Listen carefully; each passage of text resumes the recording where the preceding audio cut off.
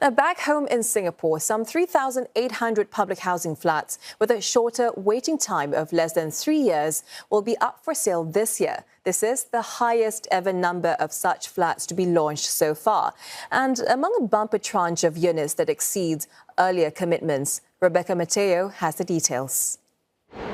More than 19,000 new flats will be up for sale across 3 build-to-order exercises this year in areas like Bukit Merah, Mount Pleasant and Sembawang.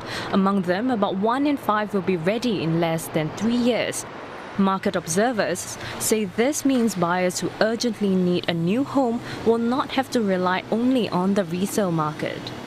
So if demand remains high while the supply of resale flats is low, then there is a risk that there could be maybe a faster price growth for the resale market. Therefore, it's good to divert some of this demand from the resale market to new flats with shorter wait times.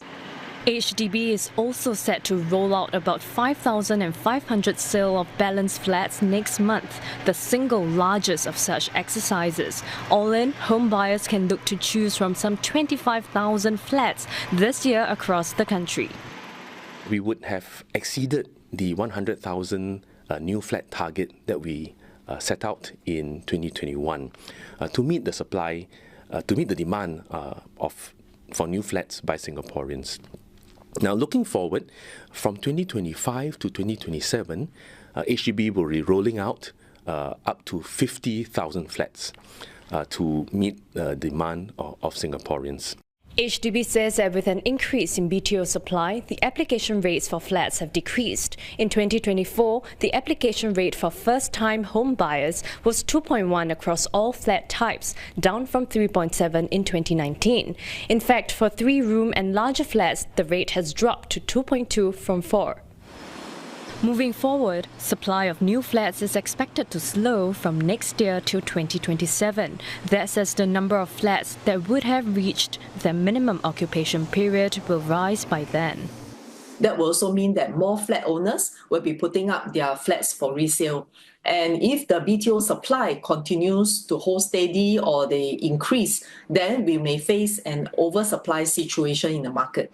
Still, another analyst says demand will continue to come from newly married couples, those looking to upgrade to a bigger home, and elderly singles looking for 2-room flats. The other sort of more long-term measures that we can think of is really the monitoring where the demand is going to, and then really have a more comprehensive analysis of how the demographic dynamics are changing so that we can really adjust the supply accordingly to meet this future demand. Since 2023, young married couples and families with young children have been given an additional ballot chance to get a flat. HDB shared that 9 in 10 of these homebuyers managed to select a flat.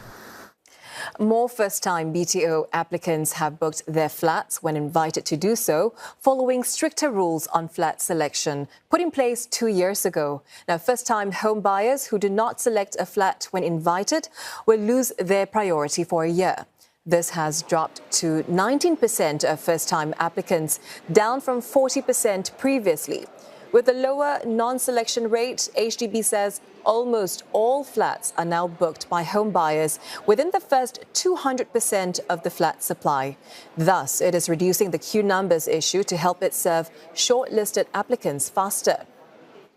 This is how it works. Previously, for a project of 100 units, queue numbers would be issued for up to 300 applicants. Now, this will be reduced to the first 200 in the queue, starting from next month's built-to-order exercise.